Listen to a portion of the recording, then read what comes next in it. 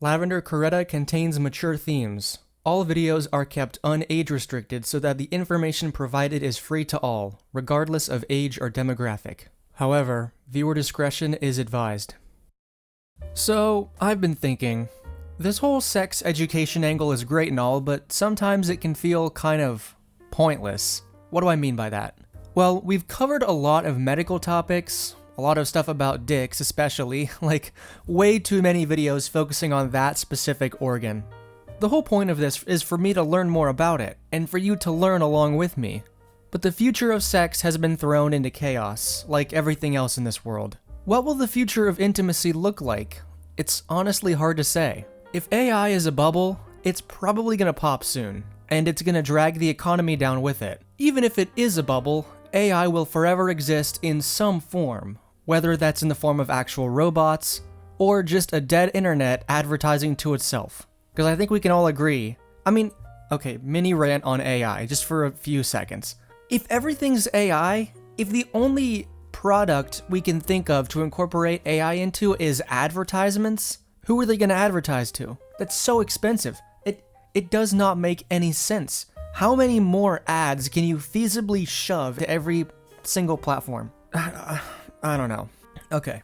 In any future scenario, it's going to be very different from where we are today. And because of that, I think we can all agree on the fact that sex will be different, even if it's only slightly. Today's landscape of sex is pretty complex. You obviously have the standard spectrum of sexuality. You have free internet porn, at least for now. You've got Rule 34, some groups that are against the idea of a comprehensive sex education and an exploration of one's sexuality. You know, being bisexual, stuff like that. There are some groups that are against all that because it's different from how I grew up. And they believe that sex is something that should be vanilla because it's only good for the mechanical purpose, reproduction. I'm simplifying, but this viewpoint is typically held by religious people. So normally, they believe that it should only be mechanical and you shouldn't have fun because fun leads to evil, like this is Star Wars or something. Okay. On the other side, you have people like me, people who see a future where everyone could be more comfortable around the topic of intimacy. Sure, there are some people on our side that we really try and cut off from our side, you know, like the freaking MAPS people, like they try and implant themselves into the pride community. Ew, no. Too far. There is a happy medium. We see a future problem where people are so distrusting of each other that intimacy itself, that's not a word. We see a future where people don't trust each other so much that intimacy itself kind of collapses. Right now, you have these huge divides between the sexes, as well as economic issues, driving a lack of intimacy in general. And as a counter to that force, a greater individual exploration of sexuality could breathe a bit of life into that scenario. The decline of intimacy is one of the reasons I think we should strive to be more comfortable around this topic, the topic of sex in our culture, because it's only going to get worse, and being more comfortable around the topic itself will help to alleviate some of that. Because if you don't believe sex is a big thing in our society, buddy, I don't know what planet you're on. Sex is everywhere. It's in our marketing. The beauty industry is literally based on sex appeal. The idea that you need to be this level of sexy to be good. I haven't made a lot of videos on the beauty industry, but I actually really don't like it. A lot of my views seem to be very counterproductive. I'm not totally against porn, but I hate the beauty industry. There's a web of untangling that I need to do in my brain. But sex is also the foundation of a lot of our humor. I'd say like at least 60% of my day-to-day humor is based on something sex-related. Dick jokes, that's what she said, it's everywhere. And as much as we try to sanitize our media and our communications to be kid-friendly, the reality is our biological drives will always force this topic into every corner of human existence. Because it is ultimately the thing that drives us. Reproduction is our strongest drive. It's baked into everything. Our children and our grandchildren will have to exist in a world where the subtle idea of sex is even more prevalent than it is today. Hot chocolate. I started drinking London Fogs and just black tea in general, as opposed to hot chocolate. It's decent, but I need to get it to be sweeter. A lot of people like to relegate sex to its base, its mechanical purpose. Sex should be done as vanilla as possible. Missionary only. Maybe have fun with it while you're young, but you shouldn't continue to find new ways to have fun, they say. That's basically an acceptance of the fact that you have to be content with something boring. For what? Why? It's pushing the idea that you only grow up through your 20s, and then wherever you are, you have to be there forever. It's weird for someone older to want to continue developing these skills. I believe that you can continue to grow in these things. It's allowed to happen. And forget just old people. Somebody like, men who don't typically take the time to get good at these things. Well, you always hear people complaining about men aren't good at these things. So why not? It shouldn't be weird for us to just want to make someone else happier. Growing in these areas, like sex, doesn't mean throwing away your agency and giving into every animalistic desire. The two are often conflated, and that's probably why people don't want men to really develop this side of themselves, because their idea of sex is animalistic desire, and their view of men is already animalistic desire. He can't control himself, and they think that sex is the biggest driver of that. But just because I want to develop the sexual side of myself doesn't mean I'm going to grow up to become perverted. Perversion only happens because that exploration is messy, and there are no support structures for people who wish to do that. No signs that say, hey, there's a landmine here, don't step on it. That landmine being a crippling porn addiction.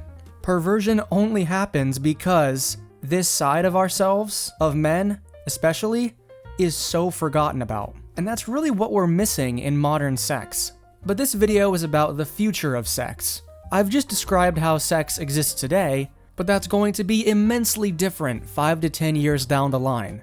If you ask me, the attempt to restrict and mute our impulses is only going to backfire. I've used the priest analogy hundreds of times, you've probably heard it. But basically, we've seen for hundreds of years of recorded history that when you try to suppress the masses in this area, in our most core function, which is reproduction, it only makes it stronger and more dangerous and more weird. A priest is told to suppress his sexuality and his desire to procreate. And I don't mean keep it in his pants, I mean to entirely ignore that side of himself. To take half of his humanity and say, it can't exist, it's evil. But what this misses is the fact that sexual processes aren't controlled solely by us. Some are natural. Erections, wet dreams, where we land on the spectrum. A priest can't help it if he's gay, but something like that being thrown in with, you're not allowed to have sex, that's gonna be so confusing. Why do you think this stuff happens so much? There are parts of our sexuality that we can't control. I mean, we can control ourselves, but we can't. Someone doesn't choose to be gay, right? That doesn't happen. When we ignore these parts of ourselves, we lose control. And that's how these crimes happen. And that's why I don't understand why people think that we need to keep doing this. No matter what we try to do in the future to suppress it, it's only going to be more prevalent. If you ask me, the next step the world is going to try to take is to ban pornography. Full stop. There's a lot of panic in world governments right now. A lot of panic for a lot of things. But there's a specific panic about the cratering of the population. The lack of marriages and child having is being pinned mostly on things like porn, and in some sense, yes, I believe it is. Porn is used as a replacement for intimacy by most people who watch it. But, like prohibition, banning the substance instead of regulating it will only make people turn to dark web sites. Just like prohibition made people turn to making gin in their bathtubs and getting sick from it. You know, no one from the government is listening to this, but if you are, no lawmaker, if you really want to get people to stop watching porn, make it mainstream. I know it sounds weird, but when you make something mainstream and regulate it, it starts to become a little more boring and a little more predictable, and people will stop doing it, stop doing the worst stuff. Just like with anything else, when you guys get your hands on it, it becomes lame. Can you imagine government approved pornography? What would that even look like? I drove you to the White House, but I don't have any money for the drive. That's okay. Get fucked with taxes. A porn ban is likely on its way, and I think it's just gonna make the problem so much worse. Just wait until these politicians hear about hentai and Rule 34, if they haven't already, secretly. Imagine trying to explain what hentai is and like culture shocking someone who has never watched porn before. That would be crazy. Banning porn websites won't do much to stop the creation of things like hentai and Rule 34. How so? Well, a porn website is needed to write, cast, produce, and host live-action porn. A porn studio is needed, really. That's what I meant to say. But animated porn can be created by an individual and shared through various means, especially if it's a photo as opposed to a video, like a drawing. Even if both Pornhub and the main Rule 34 website get banned, people will still be able to access hentai and Rule 34 pretty easily. And that is why I predict a huge shift to these categories if bans start to happen. If porn bans actually happen here in the US and the UK and wherever, hentai and Rule 34 are gonna skyrocket, so invest in those, I guess. More stocks. Maybe people would even start making their own porn like I do. More people being introduced to sex that is even more unrealistic. I haven't made the video yet, really. Well, I kind of touched on it in the first Rule 34 video, but there is an argument to be made whether or not hentai is better or worse for you mentally than normal porn. It's certainly more ethical because you're not using real people, unless you have an underage voice actress, but you're not filming anyone underage. For now, I really believe these categories are only going to get bigger. But you came here to hear about AI porn, right? The potential is right there. I've already seen a lot of it. Not by choice, I'm not searching for AI porn. It's just naturally appeared alongside other search results. It's not useful for me because, again, I save a lot of hentai to use as references for drawing. And I'm not ashamed to admit it, I do that a lot. I just did it last night. It was so much fun. Guys, I can't wait to have my next drawing to put on Patreon because I've gotten so much better at it. I've really nailed down how I want to do my line art, my coloring, my shading. It's not super detailed, but it's gonna look very me, and I can't wait for you guys to see it. The safer work stuff. I'm not showing you my porn. AI-generated anatomy is going to be wrong a lot of the time, so what's the point of me using it for a reference? One thing I've noticed is that AI is actually particularly bad at simulating semen. The real stuff is more liquid. Yeah, it's sort of sticky, but not really. But AI-generated cum right now behaves more like glue. Like a rat trap. It's so weird. People using AI to generate their own porn is a decent concept on the face of it. I can definitely see it. Every time you boot up the hub, it's this grand adventure of finding that one video that's gonna get you off, right? I would say most of the time, I go onto the hub without having a specific category in mind, kind of like how people used to go to the movies without knowing what they were gonna see. They just watched whatever was out. They didn't plan ahead of time. But with AI, you need to be the one prompting the AI model. Give me 10 results for Gumball's mom, hot. So the shame is going to be worse because you need to more often ask for it directly. Imagine you ask for something like, ooh, BBC blah blah blah, and the AI goes, ugh, again? Think of something more original. Or maybe the AI will be our personal servants, and it studies our interests to serve us something it knows we're gonna love. Maybe it works like that, I don't know. But I think it'd be funny for you to have to ask it directly every single time, and it starts to be like, ugh, stop. Actually, this train of thought is presenting a very interesting question to me. Are there certain angles, proportions of people, or other aspects of your standard porn video that's common to everyone? Like beyond the, everyone likes the big boobs and the big butts and, well, most people do, whatever. There's an argument that the bigger you like your assets, the less intelligent you are. And if that's true, then I'm fucking stupid. Like, I know exactly what kind of thing would get me off. That's why I'm able to draw my own stuff. But I wonder if my perfect angle, I know which angles just really hit for me. I wonder if that angle is the same as your perfect angle. Do we agree on if this is the perfect part of the video? If an AI model studied all of humanity, would it just start mass producing porn of the exact same type? Are we that agreeable when it comes to our tastes in porn? Because it's determined that that's what gets you off the fastest, in a mathematical sense, it's just gonna keep serving it to you.